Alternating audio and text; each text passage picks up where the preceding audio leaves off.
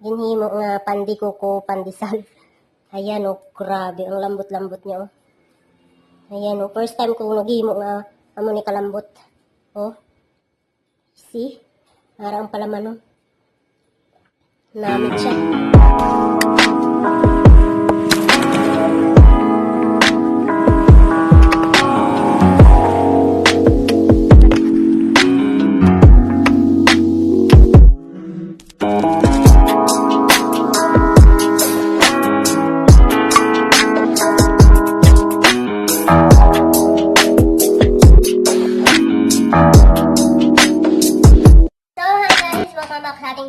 For today's video, gagawa ako ng pandesal at saka pandikuko. So, ito-try kong gumawa guys kung makaya ko. So, pero pag hindi, okay, let's try again until nga maano ko, magawa ko. So, ito, meron tayo ditong grated coconut. Masarap to siya guys. Na-try ko na to siya nung gumawa ako ng kutsinta.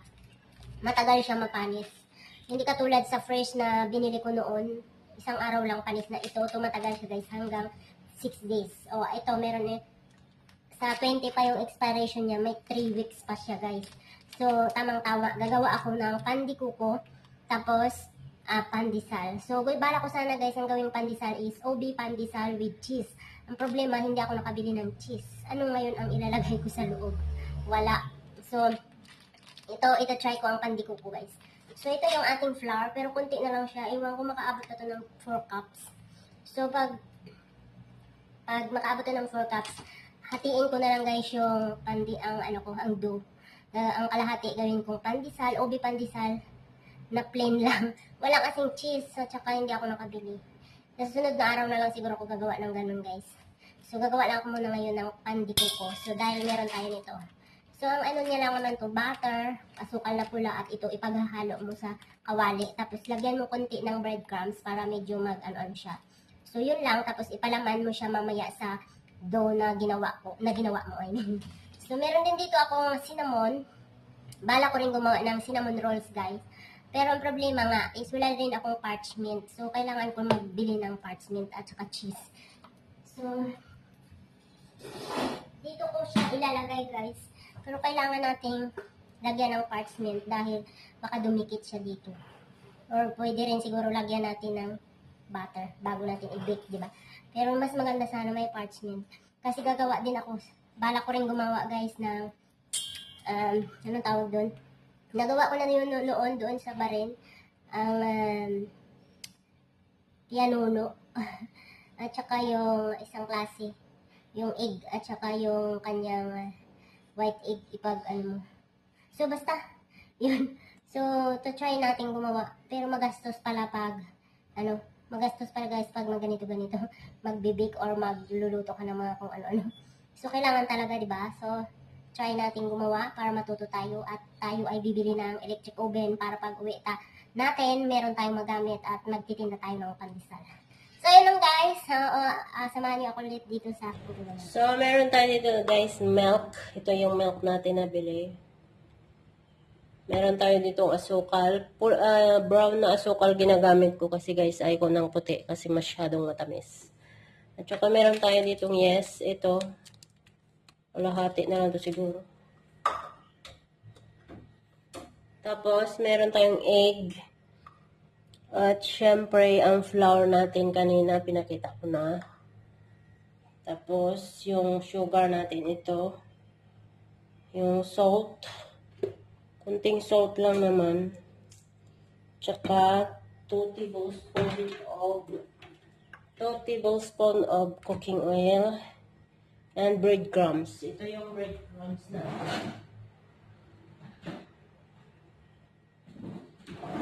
Ito yung breadcrumbs ko guys, nagawa ko. Matagal-tagal din bago maubos. So, let's start guys. So, una, milk. Warm milk daw to guys, pero hindi to warm. Medyo siya guys, medyo maano siya. Ang tawag dito. Medyo malamig siya kasi galing ref. So, ilagyan ko, ko muna sa kawali guys.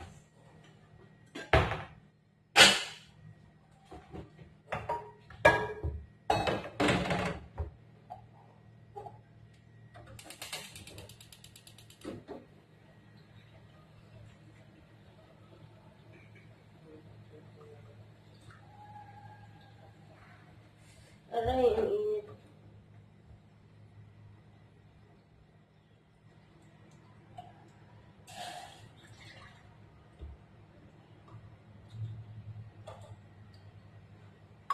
Guys, maglalagay tayo ng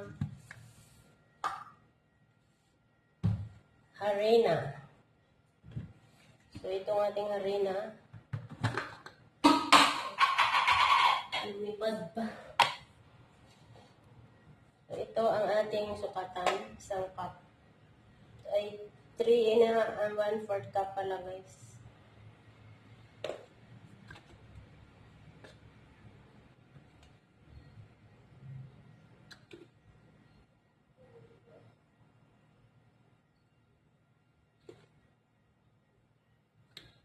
So, 1,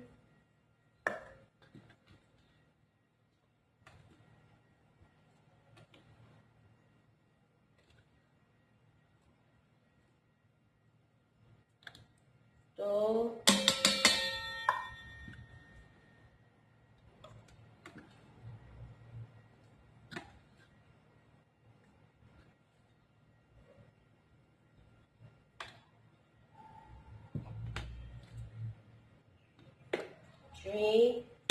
3 and 1/4. So, maglalagay tayo dito ng 1/4.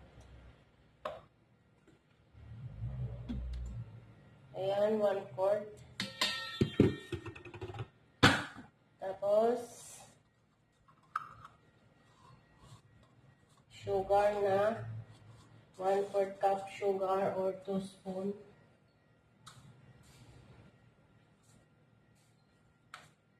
Ayan, 1/4 sugar. And then, salt. Kunting salt lang. Kasi, pampabalance lang yan. And then, haluin natin guys. Haluin natin ang ating powder, dry ingredients.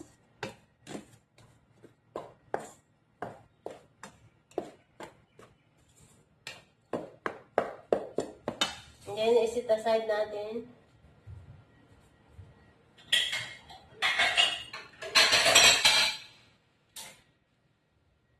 Gagawa tayo ng liquid niya. So, ito na yung milk natin. Ito na yung milk ko, pero medyo mainit pa siya guys. So, ibabad natin muna sa tubig para mawala yung init.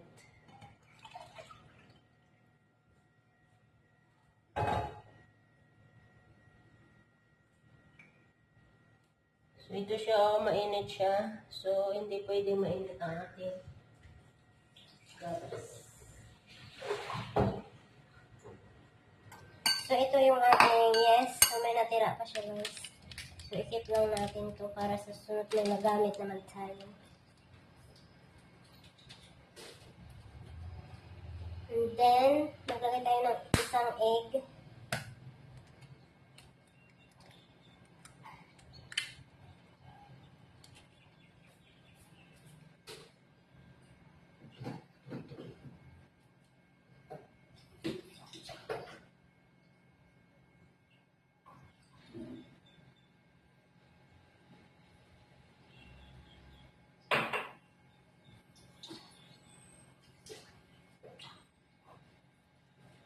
So, ito na yung ating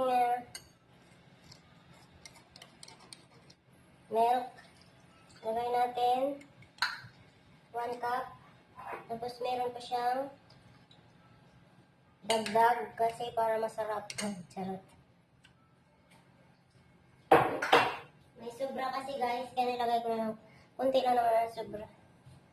So, ano muna natin dyan para maano yung ating yes.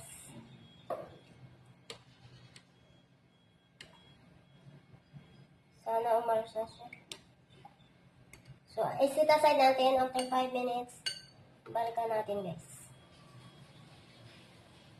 Yung butter pa pala guys, nakalimutan ko. So, lagay natin yung butter. 1/4 cup butter. Ayan.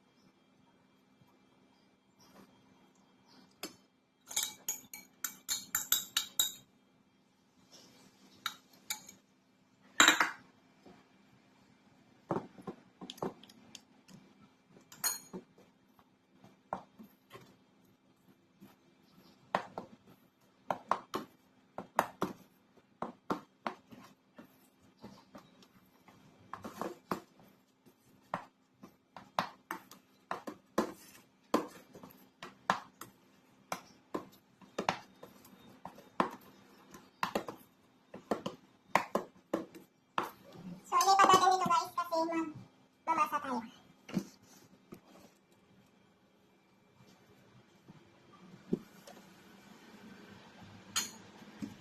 Lalagay tayo ng harina.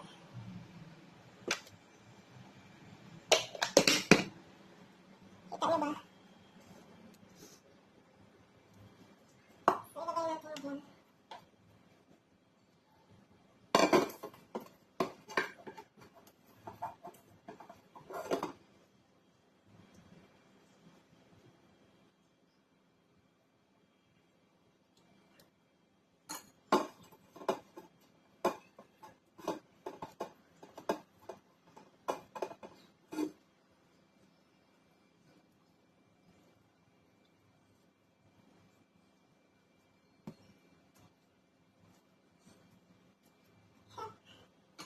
Tanda. Pupukit sa mga po.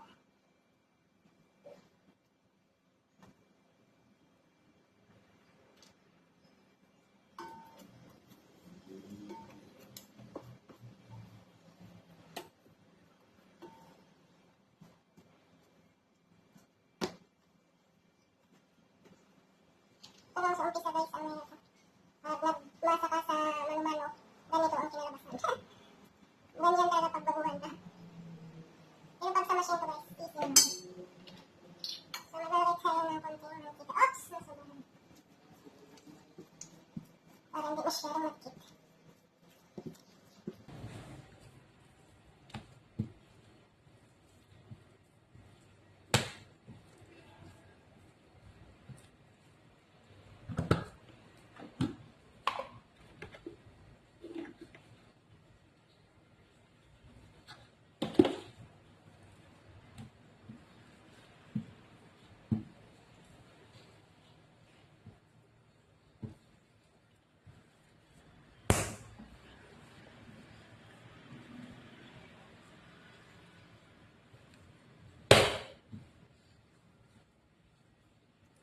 So, imasa natin to guys, mga 10 minutes para malambot siya.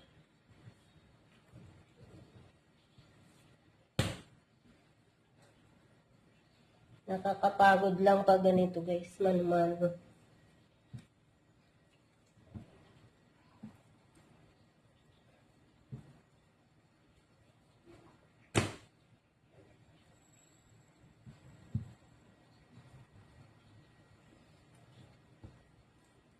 Ayay. So ito na guys yung ating dough. So paalsahin na natin ito siya.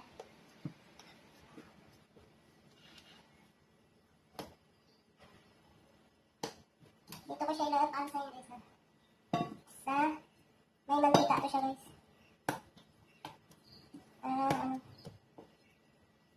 Para maano siya madako-dako. Malaki-laki yung paaalsahan natin.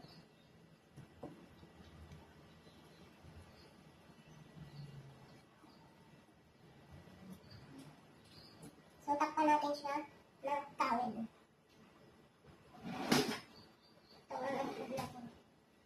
After 1 hour, guys, gagawa naman tayo ng ating palaman sa ating pandikuko. Ito, naglalagay tayo ng butter sa kawali na to guys. So, mainit na siya.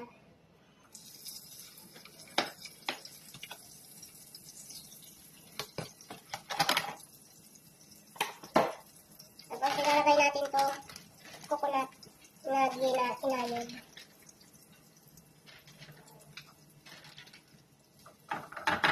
Tansyahin ko na lang guys kasi hindi ko alam kung ano magkano ang sukat ng lalagay natin kasi medyo siguro mga 18 pieces na cut tapos lalagyan natin ng ganito.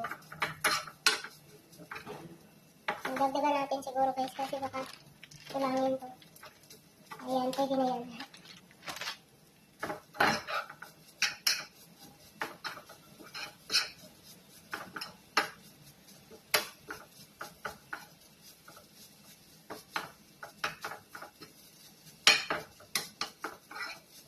So, maglalagay tayo ng konting asukal.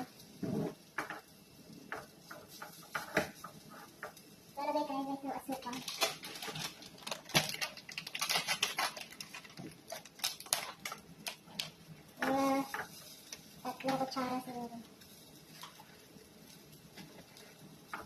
Ayan. So, haluin muna natin ito.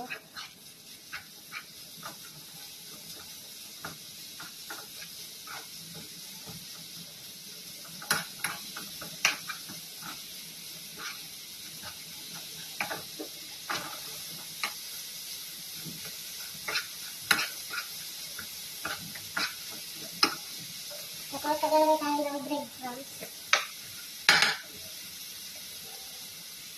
Siguro dalawa lang. Kung may butter tayo dito na tira, lagyan natin ito.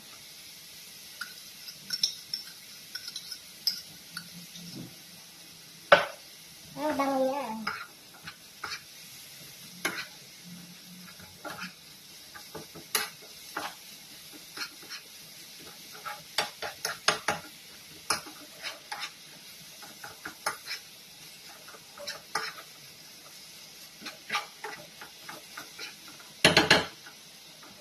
Bango niya guys. Fairness ha. Tikman natin kung matamis. Ayan, matamis na siya. So, i-mix-mix pa natin guys para lang ano yung chocolate.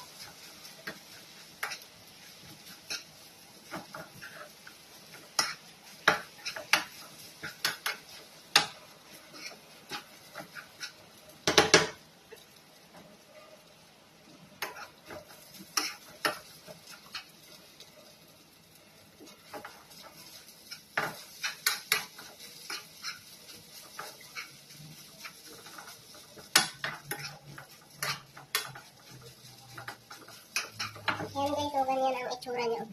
Napula-pula.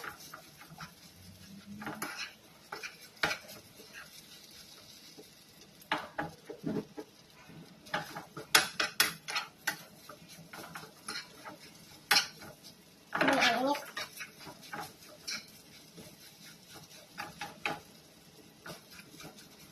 So yan, pwede na natin patayin guys. Hayaan na natin lumamig dyan. Tapos, mamaya pag na ano nang doon natin, ipapalaman natin yan. So guys, ito na yung ating pinaalsa na harina, na dough kanina. Ayan, ang ganda ng pagkakaalsa yan guys. Ayan o. Tingnan siya guys. Tingnan mo guys. Ang ganda ng pagkakaalsa niya. Tingnan mo. Ayan. Diba? So, i-ano natin guys ha. I-ano muna natin. Anong tawag dito? Ihiwain natin guys.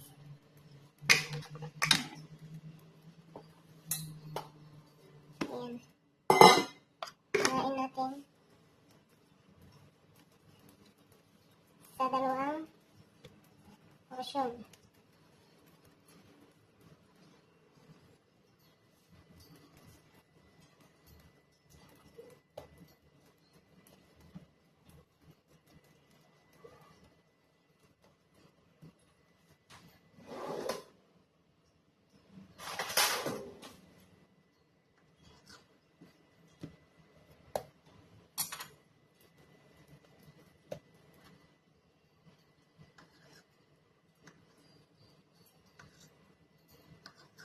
Ayan. Sa 5. 5 kahiwa.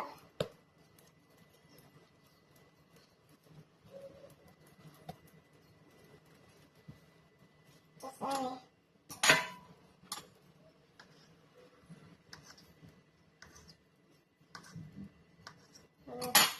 tanong. Itong 4, 6, 18. Medyo malaki-laki yung isa. Ang bawas-bawasan lang natin guys kasi medyo malaki-laki. Wala tayo kasing ano, weighing scale. Ayan. Pwede na yan.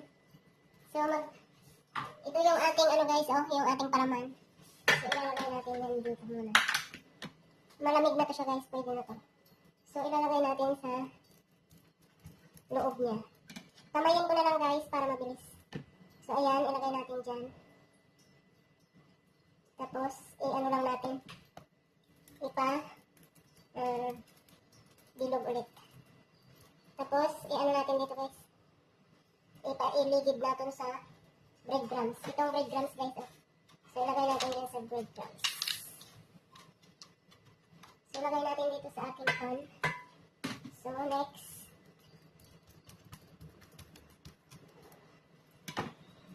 Medyo dami-damihan ko guys kasi medyo marami yung ano natin. Palaman na nagawa. 12 piraso lang ang ating cut. Medyo malaki-laki itong cut ko ngayon guys kasi para hindi masyadong isang lutuan lang. Naano ako na nagluluto pa kasi ako ng hapunan namin. So kailangan isang salang lang para hindi masyadong maraming trabaho. Mamaya hindi ko maisalang. O, diba? Ayan. Lagay natin dito. Ayan.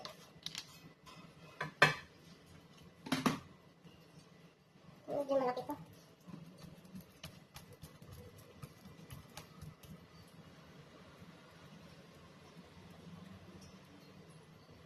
Nakikita niyo ba guys ang aking ginagawa?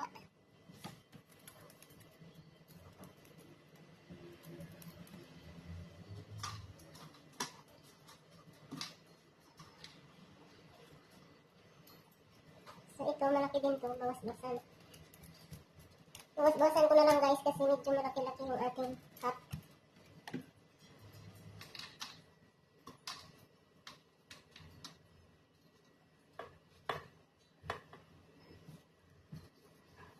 Dagdagan natin para maging isang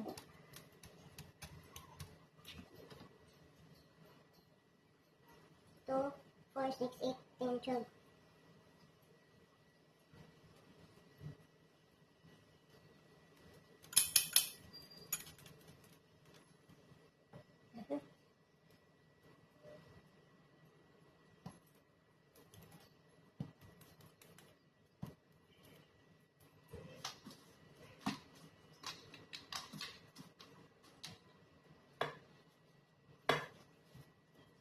Two, 4, 6, 8, 10, 12, 13.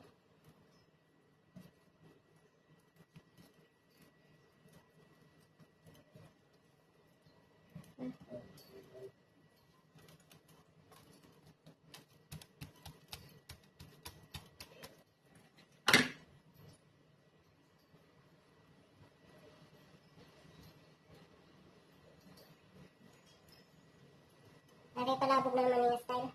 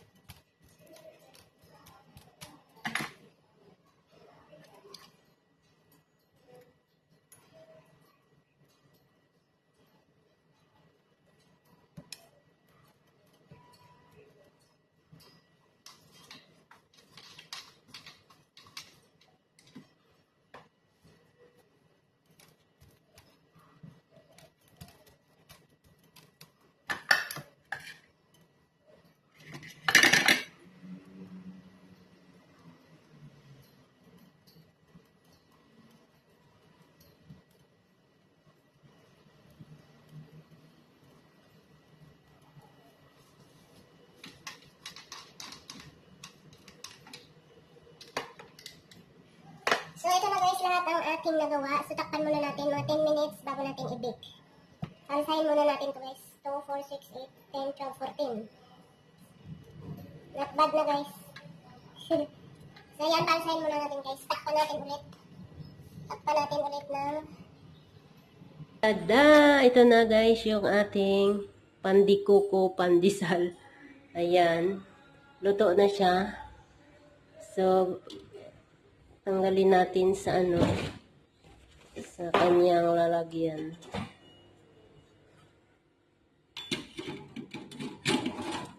Ayan. Lagay natin dito guys. Ayan. Lalo, ang laki guys. So, ala, ang galing. Ang galing guys. Tingnan niyo. Mataba.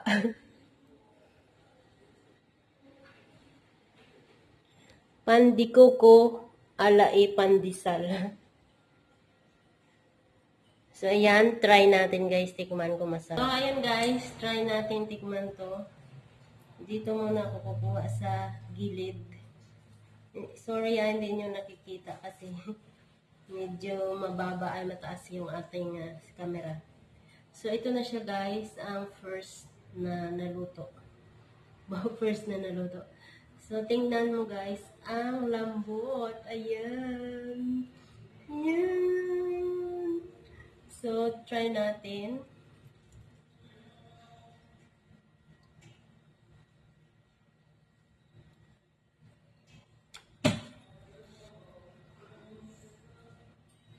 Ang init.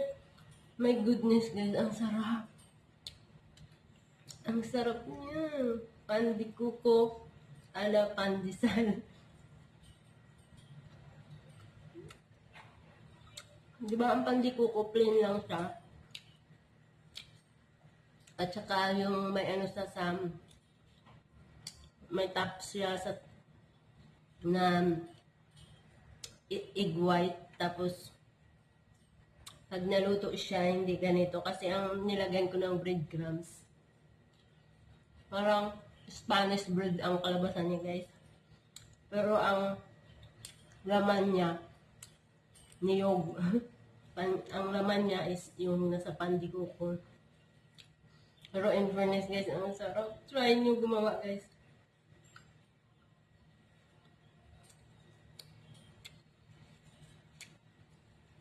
Ngayon na ako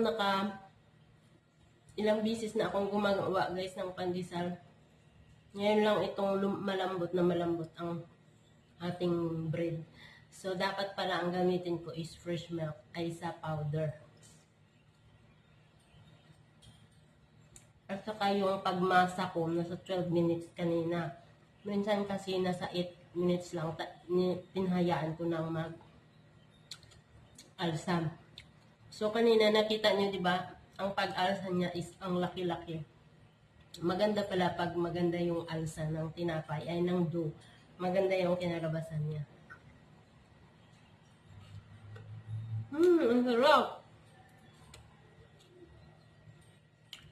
Para sa akin, 10/10 tong rate ko sa ginawa ko ngayon kaysa nung nakaraan na pandesal.